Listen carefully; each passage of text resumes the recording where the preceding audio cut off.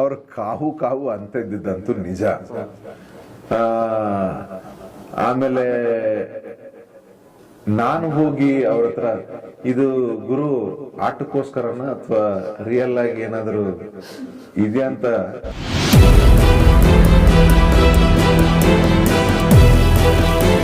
ಈಗ ಗಿಲ್ಲಿ ಅವರು ಕಾವ್ಯಕ್ಕೆ ಸಪೋರ್ಟ್ ಮಾಡಿರೋದು ಅಥವಾ ಕಾವ್ಯ ಅವ್ರದ್ದೊಂದು ಗೇಮ್ ಸ್ಟಾರ್ಟ್ ಇದೆ. ಒಬ್ಬೊಬ್ರದ್ದು ಅದೇ ಹೇಳೋದು, ಒಬ್ಬೊಬ್ರದ್ದು ಒಂದೊಂದು ಬ್ಲೂ ಪ್ರಿಂಟ್ಸ್, ಒಂದು ಪ್ಲಾನಿಂಗ್ ಇರುತ್ತೆ, ಒಂದು ಸ್ಟ್ರಾಟಜಿ ಇರುತ್ತೆ. ಅವ್ರು ಮಾಡ್ಕೊಂಡು ಬಂದಿದ್ದಾರೆ, ಅದು ವರ್ಕ್ ಆಗಿದೆ. ಮಾತಾಡ್ತಾರೆ ನಮ್ಮ ಬಗ್ಗೆ ಅನ್ನೋದು ಮ್ಯಾಟರ್ ಆಗುತ್ತೆ. ಪಾಸಿಟಿವ್ ನೆಗೆಟಿವ್ ಸೆಕೆಂಡ್ರಿ, ಬಟ್ ಎಷ್ಟು ಪರ್ಸೆಂಟ್ ಪಾಸಿಟಿವ್ ಇದೆ ಅನ್ನೋದು ನಾವು ತಗೋಬೇಕು. ಹೌದು. ಸೊ ಈಗ ನೀವೊಂದು ಒಳ್ಳೆ ಊಟ ನನಗೆ ತಂದಾಗ, ಪ್ರೀತಿಯಿಂದ ಒಂದು ಒಳ್ಳೆ ಊಟ ತಂದಾಗ, ಅದರಲ್ಲೊಂದು 2 ಕಲ್ಲು ಸಿಕ್ಕಿದಾಗ ನಾನು ಇಡೀ ಊಟ ಎಸಿಲ್ಲ ಅಥವಾ 2 ಕಲ್ಲನ್ನ ತೆಗೆದೇಸಿಲ್ಲ, ಕಲ್ಲು ಎಷ್ಟೇ ಸಾಕಲ್ವ ಅಷ್ಟೇ.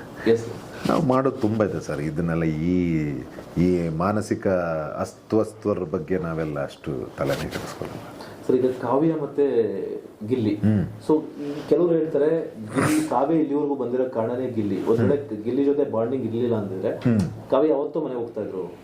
ಸೊ ಅದ್ರ ಬಗ್ಗೆ ನಿಮ್ಮ ಅಭಿಪ್ರಾಯ? ಹೇಗೇನ ಗೇಮ್ ಸ್ಟ್ರಾಟಜಿ, ಅವ್ರು ಏನು ನೋಡ್ಕೊಂಡು ಬಂದಿದ್ದಾರೆ, ಅವ್ರದ್ದು ಏನು ಸ್ಟ್ರಾಟಜಿ ಇದೆ ಅಂತ ಗೊತ್ತಿಲ್ಲ. ವಿಷಯ ಏನು, ಅಲ್ಲಿವರೆಗೆ ಹೋಗೋದು ಅವ್ರಿಗೆ ವರ್ಕ್ ಆಗಿದೆ. ಬಹುಶಃ ಈಗ ಗಿಲ್ಲಿ ಅವರು ಕಾವ್ಯಕ್ಕೆ ಸಪೋರ್ಟ್ ಮಾಡಿರೋದು ಅಥವಾ ಕಾವ್ಯ ಅವ್ರದ್ದೊಂದು ಗೇಮ್ ಸ್ಟಾರ್ಟ್ ಇದೆ. ಒಬ್ಬೊಬ್ರದ್ದು ಅದೇ ಹೇಳೋದು, ಒಬ್ಬೊಬ್ರದ್ದು ಒಂದೊಂದು ಬ್ಲೂ ಪ್ರಿಂಟ್ಸ್, ಒಂದು ಪ್ಲಾನಿಂಗ್ ಇರುತ್ತೆ, ಒಂದು ಸ್ಟ್ರಾಟಜಿ ಇರುತ್ತೆ. ಅವ್ರು ಮಾಡ್ಕೊಂಡು ಬಂದಿದ್ದಾರೆ, ಅದು ವರ್ಕ್ ಆಗಿದೆ, ಅಲ್ಲಿವರೆಗೆ ಹೋಗಿದ್ದಾರೆ ಅವರು. ಸೊ ರಿಯಲ್ ಆಗಿ ಫೀಲಿಂಗ್ ಇತ್ತಾ ಗಿಲ್ಲಿ ಅವ್ರಿಗೆ? ಅಂದ್ರೆ ಕಾವ್ಯ ನೋಡಿದಾಗ, ಅಂದ್ರೆ ಫ್ರೆಂಡ್ಸ್ ಅಂತ ಹೇಳ್ತಾರೆ, ಬಟ್ ಆ ಥರ ಏನೋ ಫೀಲ್ ಇತ್ತಾ? ಅಂಥದ್ದೇನು ಅವ್ರು ಹಂಚ್ಕೊಂಡಿಲ್ಲ ನಮಗೆ. ನಾನು ಕೇಳಕ್ಕೆ ಗೊತ್ತಾಗುತ್ತೆ ಸರ್. ಈಗ ಜೊತೆನಲ್ಲಿ ರೂಮ್ಮೇಟ್ಸ್ ಅಂದ್ರೆ ಗೊತ್ತಾಗುತ್ತೆ ಅವರೆಲ್ಲ ಏನ್ ಮಾಡ್ತಾ ಇರ್ತಾರೆ, ಇವರೆಲ್ಲ ಏನ್ ಮಾಡ್ತಾ ಇರ್ತಾರೆ, ಅಥವಾ ಸ್ಟ್ರಾಟಜಿಗೋಸ್ಕರ ಮಾಡ್ತಾರ, ಆ ಥರದ್ದೆಲ್ಲ ಗೊತ್ತಾಗ್ಬಿಡುತ್ತೆ. ಅವ್ರ ಕಾವು ಕಾವು ಅಂತ ಇದ್ದಿದ್ದಂತೂ ನಿಜ. ಆಮೇಲೆ ನಾನು ಹೋಗಿ ಅವ್ರ ಹತ್ರ ಇದು ಗುರು ಆಟಕ್ಕೋಸ್ಕರನ ಅಥವಾ ರಿಯಲ್ ಆಗಿ ಏನಾದರೂ ಇದೆಯಾ ಅಂತ ನಾನು ಕೇಳೋಷ್ಟು ಒಂದು ಇದು ನಾನು ಇಟ್ಕೊಳ್ಳಿಲ್ಲ. ಅವ್ರ ಮನಸ್ಸಲ್ಲಿ ಏನು ಆಗಲಿ, ಅವ್ರ ಖುಷಿ.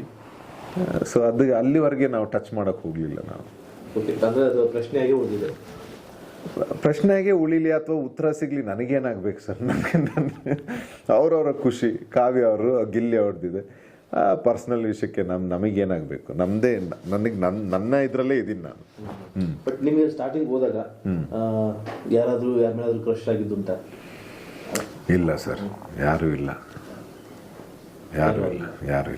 ಯಾಕಂದ್ರೆ ನೀವು ಡೇರಿಂಗ್ ಆಗಿ ಹೋದ್ರಿ, ಡೇರಿಂಗ್ ಆಗಿ ಹೌದು, ಆಗಬಾರ್ದು ಅಂತ ಏನಿರಲಿಲ್ಲ. ಬಟ್ ಅಂಥದ್ದೇನೂ ಆಗಲಿಲ್ಲ. ನಮ್ಮ ಆಟದಲ್ಲೇ ನಾವು ಬ್ಯುಸಿ ಇದ್ವಿ. ಮತ್ತು ಆ ರೀತಿ ಮನಸ್ಸು ಗೆಲ್ಲೋ ಅಂಥವ್ರು ನಮಗೆ ಅಂಥವ್ರು ಯಾರು ಅನ್ನಿಸ್ಲಿಲ್ಲ. ಸೊ ಹಾಗಾಗಿ ನಾವಾಗೇ ಇದ್ವಿ. ಈಗ ರಕ್ಷಿತಾ ಬಗ್ಗೆ ಕೆಲವೊಂದು ಪಾಯಿಂಟ್ಸ್ ಹೇಳಿದ್ರಿ. ಈಗ ರಕ್ಷಿತಾ ಹಂಗೆ ಗುಂಪು ಕಟ್ಟಿದ್ರು, ಈ ರೀತಿ ಎಲ್ಲ ಮಾಡಿದ್ರು. ಈಗ ರಕ್ಷಿತಾ ಸೆಕೆಂಡ್ ಪ್ಲೇಸ್ ಬಂದಿರೋದು, ಸೊ ಶಿ ಇಸ್ ಡಿಸರ್ವ್ಡ್ ಅಂತ ಅನ್ಸುತ್ತಾ? ಒಂದು ಆಟದ ಇದರಲ್ಲಿ ನೋಡಿದ್ರೆ ಅಗೇನ್ ಅದು 2 ಇರುತ್ತೆ. ಈಗ ಒಬ್ಬೊಬ್ರದ್ದು ಜರ್ನಿ. ಸೊ ಅಗೇನ್ ಎಂಟರ್ಟೈನ್ಮೆಂಟ್ ಅಂತ ಬಂದಾಗ ಅವರಿಂದ ಜನಗಳಿಗೆ ಎಂಟರ್ಟೈನ್ಮೆಂಟ್ ಆಗಿದೆ, ಅದು ಜಸ್ಟಿಫೈ ಆಗಿದೆ ಅಂತಂದರೆ they deserve, they have come. So ಜನ ತೀರ್ಪು ಕೊಟ್ಮೇಲೆ ಅದು ಈಗ ಒಬ್ಬೊಬ್ರದ್ದು ಐಡಿಯಾ ಇರುತ್ತೆ. ಈಗ ನನಗೆ ಇದನ್ನೇ ಹೇಳೋದು, ಈಗ ವ್ಯಕ್ತಿತ್ವದ ಆಟ. ನಾನು ಅದೇ ಬಿಗ್ ಬಾಸ್ ಅಂತಂದರೆ ವ್ಯಕ್ತಿತ್ವದ ಆಟ. ಈಗ ಇದು ಅದೇ ಕ್ವಶನ್ ಮಾರ್ಕ್ ಬರುತ್ತೆ ಒಂದು ದೊಡ್ಡದು. ಇದು ನಿಮ್ಮ ಮೀಡಿಯಾ ಮುಖಾಂತರ ಇವತ್ತು ನಾನು ನೋಡಿದೆ, ಕೆಲವು ಪೋಸ್ಟ್ಗಳನ್ನು ನೋಡಿದೆ. ಬಿಗ್ ಬಾಸ್ ಆ್ಯಕ್ಚುಲಿ ಏನು ಅಂತ, ವ್ಯಕ್ತಿತ್ವ. ನೀವು ಬೇರೆ ಟಾಸ್ಕ್ಗಳನ್ನೆಲ್ಲ ಏನಕ್ಕೆ ಮಾಡಿಸ್ತೀರಿ ಅಂತೆಲ್ಲ ನೋಡಿದೆ ನಾನು. ಕೆಲವೆಲ್ಲ ಕ್ವಶನ್ ಬರ್ತಾ ಇದೆ. ಇವತ್ತು ಬೆಳಿಗ್ಗೆ ಏನೋ ಒಂದು ಪೋಸ್ಟ್ ನೋಡಿದೆ ನಾನು. ಬಿಗ್ ಬಾಸ್ ಶೋನ ನೋಡಬೇಡಿ, ಮಕ್ಕಳಿಗೆ ನಾವು ಏನು ಉದಾಹರಣೆ ಕೊಡ್ತಾ ಇದೀವಿ, ಯಾರ್ದು ಸಾಧಕರು ಅಂತ ಯಾರ್ದು ಕೊಡ್ತಾ ಇದೀವಿ, ವ್ಯಕ್ತಿತ್ವದ ಆಟ ಏನು ಅಂತ. ಯಂಗ್ ಮೈಂಡ್ಸ್ ಯಾರನ್ನ ನಾವು ಸೆಲೆಬ್ರಿಟಿ ಮಾಡಿ ಇದೆಲ್ಲ ಬರ್ತಾ ಇದೆ. ಏನು ಕಾಮಿಡಿ ಶೋನ ಏನು ಅಂತ ಆ ರೀತಿ ಬರ್ತಾ ಇದೆ. ಸೊ ಇದಕ್ಕೆ ಏನು ಅಂತ ಹೇಳೋದು ನಾನು.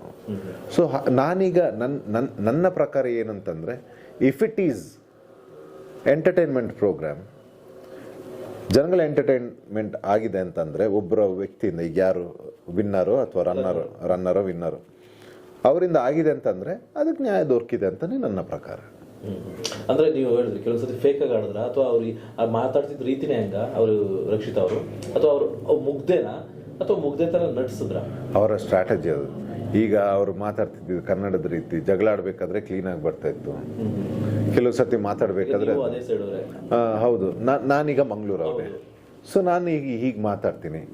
ಮತ್ತೆ ಈಗ ಹೊರಗಡೆ ಅವರು ಅಂತಂದ್ರೆ ಬಾಂಬೆ ಅಂತಂದ್ರೆ ಹಿಂದಿ ಬರಬೇಕು ನಾರ್ಮಲಿ, ಅವ್ರದ್ದು ಕನ್ನಡ ತುಳು ಮಿಕ್ಸ್ ಆಗ್ತಾ ಇತ್ತು. ಸೊ ಎಲ್ಲೋ ಅವ್ರದ್ದೊಂದು ಅದೊಂದು USP ಅದು, ಅಂದರೆ ಯುನಿಕ್ ಸೆಲ್ಲಿಂಗ್ ಪಾಯಿಂಟ್. ಅವ್ರದ್ದೊಂದು ಯೂಟ್ಯೂಬರ್ ಆಗಿ ಅದೊಂದು ಸ್ಟೈಲ್ ಆಗಿತ್ತು. ನಾವು ಕರೆಕ್ಷನ್ ಮಾಡಿದಾಗಲೂ ಅದು ಕರೆಕ್ಟ್ ಮಾಡ್ಕೊಳ್ತಾರೆ. ಸೊ ಹಾಗಾಗಿ ಅವ್ರದ್ದೊಂದು ಸ್ಟೈಲ್ ಇರುತ್ತೆ, ಅವ್ರದ್ದೊಂದು ಗೇಮ್ ಸ್ಟ್ರಾಟಜಿ ಇರುತ್ತೆ. ಸೊ ಅವ್ರು ಪ್ಲೇ ಮಾಡಿದ್ದಾರೆ, ಅದು ಎಲ್ಲೋ ಸಕ್ಸಸ್ ಆಗಿದ್ದಾರೆ ಅವರು. ಸೊ ಅಂದ್ರೆ ಫೈನಲ್ ಆಗಿ ಮುಗ್ದೇನಾ ಅಥವಾ ರಿಯಲ್ ಆಗಿ ಬರೋದಿಲ್ಲ, ಭಾಷೆ ಬರಲ್ಲ ಅಂತನಾ ಅಥವಾ ಯಾವ ತರ? ಅವ್ರು ಏನಾದ್ರೆ ನಮಗೆ ಮುಗ್ದೇನಾ ಅಥವಾ ಸ್ಮಾರ್ಟಾ ಅಥವಾ ಏನು, ನಮಗೆ ನಮ್ಮ ಆಟ ಸರ್. ನಾವು ಅಲ್ಲಿಗೆ 24 ಕಂಟೆಸ್ಟೆಂಟು, ನಾನು ಅಲ್ಲಿ ಕೂತ್ಕೊಂಡು ನೀವು ಮುಗ್ದ್ರಾ, ನೀವು ಸ್ಮಾರ್ಟಾ, ನೀವು ಲವ್ ಮಾಡ್ತಾ ಇದ್ದೀರಾ, ನಿಮಗೆ ಏನು, ನನಗೆ ಹೆಂಗೆ ಬರ್ತಾ ಇದೆ ಫ್ರಂಟಲ್ಲಿ, ನಾನೇನು ಕೊಡ್ತಾ ಇದ್ದೀನಿ ವಾಪಸ್ಸು, ಜಯ ಮಹಾಕಾಲ್ ಅಷ್ಟೇ. ನಮ್ಮ ತಂಟೆಗೆ ಬಂದರೆ ನಾವು ಕರೆಕ್ಟಾಗಿ ಮುಗಿದ್ರೋ ಇಲ್ವೋ ಅಂತ ಗೊತ್ತಾಗುತ್ತೆ. ನಾನು ಕೊಡ್ತಾ ಇದ್ದೆ. ಅದಕ್ಕೆ ನಮ್ಮ ತಂಟೆಗೆ ಬಂದರು, ನಮ್ಮ ವ್ಯಕ್ತಿತ್ವಕ್ಕೆ ಬಂದರು, ನಾವು ವ್ಯಕ್ತಿತ್ವ ಅವ್ರದ್ದು ಹೆಂಗೆ ಕಳಿಸ್ಬೇಕಿತ್ತು ಕಳಿಸಿದ್ದೀವಿ ನಾವು.